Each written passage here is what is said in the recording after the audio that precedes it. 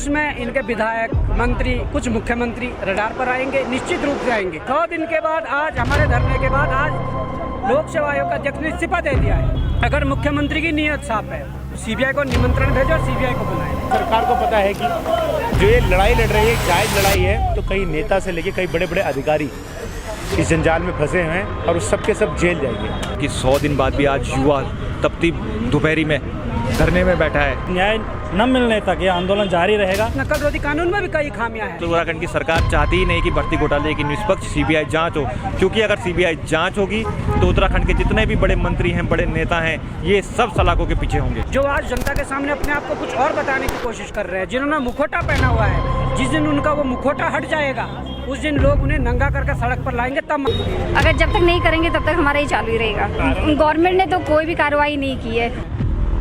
मैं बता तो रहा हूँ, सीबीआई ने अगर निष्पक्ष काम कर लिया, जांच कर ली, तो इनके मुखौटों से जो मुखौटे हट जाएंगे और इनके जो भ्रष्टाचारी चेहरे हैं वो सबके सामने आएंगे। मैं ये कहना चाहता हूँ, बड़ा कार्यक्रम होगा जिसमें प्रदेश भर के युवाओं को, अभिभावकों को बुलाया जाएगा। नमस्कार, मैं अरुण सैनी, आप देख रहे हैं वॉइस ऑफ उत्तराखंड, सच की आवाज़।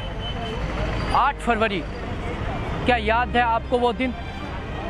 आज से 100 दिन पहले 8 फरवरी का दिन और युवाओं का बड़ी तादाद में गांधी पार्क पर इकट्ठा होना और वो आंदोलन, आप सभी ने वो देखा होगा। जिस प्रकार से युवाओं पर 8 फरवरी में लाठी चार्ज हुई थी, इसी गांधी पार्क से, जिस गांधी पार्क पर आज मैं यहाँ पर खड़ा हूँ, और एक बार फिर युवा यहाँ पर आज इकट्ठा हुए हैं। मांग 8 फरवरी में भी वही थी, मांग आज भी वही है, सीबीआई जांच की मांग। परीक्षाओं में हुई धांधली के खिलाफ जो लोग शामिल थे, धांधलियों में जो लोग शामिल थे, बड़े स्तर पर जिन्होंने भ्रष्टाचार किया, परीक्षाओं में धांधली की, उनके खिलाफ सीबीआई जांच की मांग। जब 8 फरवरी को यहाँ युवाओं ने बड़ा आंदोलन किया था, हजारों की तादाद में युवा यहाँ पर इकट्ठा हुए थे और तब इनके ऊपर लाठी भी चली थी, गिरफ्तारी भी हुई थी। इसके बाद युवाओं को यहाँ से हटाया गया और एकता विहार धरना स्थल पर इन्हें शिफ्ट किया गया। वहाँ युवाओं ने अपना सत्याग्रह किया। आज युवाओं के सत्याग्रह को एकता विहार में 100 दिन पूरे हो चुके हैं। आज फिर दोबारा युवाओं ने गांधी पार्क पर ही अपना रुख किया है। अब देखना ये होगा कि इन 100 दिन में क्या कुछ निष्कर्ष निकला है और इनकी जो मांग है उस पर कितना अमल हुआ है। बातचीत करेंगे इन्हीं से। हमारे साथ बातचीत करने के लिए मौजूद हैं बेरोजगार संघ के अध्यक्ष बॉबी पवार। 100 दिन लंबी लड़ाई एकता विहार धरना स्थल से आपने लड़ी, क्या कुछ लग रहा है? इन 100 दिन का कैसा अनुभव रहा है? क्या लग रहा है न्याय की कोई आस जगी है? देखिए, न्याय के लिए लड़ रहे हैं और न्याय की क्या आस है? अगर सरकार को संज्ञान लेना होता ले लेती, परंतु सरकार को भी ये लग रहा कि ऐसा कुछ नहीं है, हम अच्छा कर रहे हैं। जबकि ये है कि युवाओं की जो मांग रही है, युवाओं की मांग तो यही है, भाई सीबीआई जांच कराओ, जिन परीक्षाओं में गड़बड़ियाँ हुई है उसमें सीबीआई जांच करवा दो। सीबीआई जांच के लिए लंबे समय से संघर्ष चल रहा है और आज एकता विहार में बैठने के बाद आज 100वां दिन था, इसलिए हम यहाँ पर गांधी पार्क में आए हैं। और मैं ये कहना चाहता हूँ, आज की सबसे बड़ी उपलब्धि ये है कि 100 दिन के बाद आज हमारे धरने के बाद आज लोक सेवा आयोग का अध्यक्ष ने इस्तीफा दे दिया है। और हमें पता है उन्होंने निजी कारण बताकर इस्तीफा दिया है। निजी कारण क्या हो सकते हैं? निजी कारण ये हो सकते हैं कि जब 2022 में AEJ के पेपर बाहर थे, जब 2023 के जनवरी में पटवारी का पेपर बाहर था, इस बीच जितनी बड़ी परीक्षाएं हुई, वो चाहे लोअर PCS हो, अपर PCS हो, FRO हो, APO हो या कोई भी बड़ी परीक्षा हो, तो उसमें वो पेपर निश्चित रूप से बाहर होंगे, क्योंकि इनके जो गोपन के अधिकारी है, वो अधिकारी, गोपन के अधिकारी जेलों के अंदर है। तो इन्होंने वहाँ पूरा सिस्टम क्यों नहीं बदला? अगर UKSSC में अध्यक्ष चेंज हुआ, सचिव चेंज हुआ, वहाँ की पूरी मशीनरी चेंज हुई, 90% स्टाफ चेंज हुआ, तो क्या लोक सेवा आयोग में ऐसा नहीं कर सकते थे? जानबूझ के नहीं किया, इसलिए नहीं किया क्योंकि वहाँ के जो इनके इन्वेस्टर थे, जिन्होंने वहाँ इन्वेस्ट पैसा किया था पेपर बेचने के लिए, उनके पैसे ना डूबे, इसलिए इन्होंने वहाँ पर कार्रवाई नहीं करवाई। मैं ये कहना चाहता हूँ कि अगर सरकार की नीयत साफ है, अगर मुख्यमंत्री की नीयत साफ है, सीबीआई को निमंत्रण भेजो और सीबीआई को बुलाएं। राजस्थान में सीबीआई ED दोनों काम कर रही है परीक्षाओं के उसके लिए, हिमाचल में कर रही है, पश्चिम बंगाल में कर रही है और अनेक राज्यों में कर रही है। क्या उत्तराखंड में जहाँ ग्रुप D से लेकर PCS तक की परीक्षा बिकी हो, क्या वहाँ पर सीबीआई नहीं आ सकती? आ सकती है, पर इनकी मंशा नहीं है। ये डरे हुए हैं कि अगर सीबीआई आ गई तो अभी तो इनके जो प्यादे थे, जिला पंचायत, क्षेत्र पंचायत, युवा मोर्चा के कुछ पदाधिकारी वो रडार पर है। अगर सीबीआई आई और सीबीआई ने सरकार के दबाव के बिना काम कर लिया तो उसमें इनके विधायक, मंत्री, कुछ मुख्यमंत्री रडार पर आएंगे, निश्चित रूप से आएंगे। कुछ ऐसे लोग रडार पर आएंगे जिन्होंने पेपर बेचकर पैसा कमाया और चुनाव लड़ा। कुछ ऐसे लोग रडार पर आएंगे जिन्होंने पेपर बेचकर पैसे कमाए और यहाँ से अटैची में भर के दिल्ली पैसा पहुँचाया। ऐसे लोग भी रडार पर आएंगे। तो इसलिए सीबीआई होना बहुत ज़रूरी है। उत्तराखंड के भविष्य के लिए, उत्तराखंड के युवाओं के भविष्य को सुरक्षित करने के लिए सीबीआई जांच बहुत ज़रूरी है। इन मांगों को लेकर इसलिए बैठे हैं। डायरेक्ट रूप से, व्यक्तिगत रूप से बोल नहीं रहा हूँ, परंतु जिस दिन निष्पक्ष जाँच हो जाएगी उस दिन दूध का दूध, पानी का पानी हो जाएगा। जो आज जनता के सामने अपने आप को कुछ और बताने की कोशिश कर रहे हैं, जिन्होंने मुखौटा पहना हुआ है, जिस दिन उनका वो मुखौटा हट जाएगा उस दिन लोग उन्हें नंगा करके सड़क पर लाएंगे, तब मारेंगे, तब पीटेंगे। तो ये सब चल रहा है। वो एक हाथ से दिखा रहे हैं कि हम जनता के हितैषी हैं, दूसरे हाथ से वो पेपर बेचकर पैसा लपेट रहे हैं, दूसरे हाथ से माफियाओं को बचा रहे हैं। क्या चल रहा है? सीबीआई आने दो, पता लग जाएगी कि किसमें धांधली हुई, किसमें नहीं। नकल रोधी कानून आने के बाद भी धांधली हुई है। इन लोगों ने हाकम और मनराल को अंदर करके खुद हाकम और मनराल बने हुए हैं।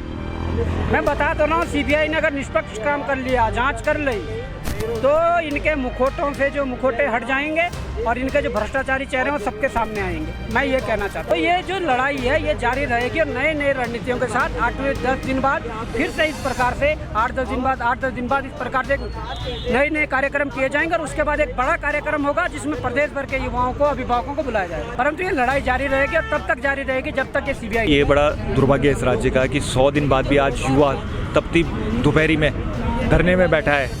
उस समय सर्दी थी, सर्दी तूफान था, तब भी लोग सड़कों में आए और आज भी लोग सड़कों में हैं। परंतु ये दुर्भाग्य देखिए कि धारा 144 उत्तराखंड की पुलिस लगा देती है, उत्तराखंड शासन प्रशासन लगा देता है। 1 घंटे पहले तमाम राजनीतिक संगठन यहाँ धरना देते हैं, उनके खिलाफ कोई कार्रवाई नहीं होती।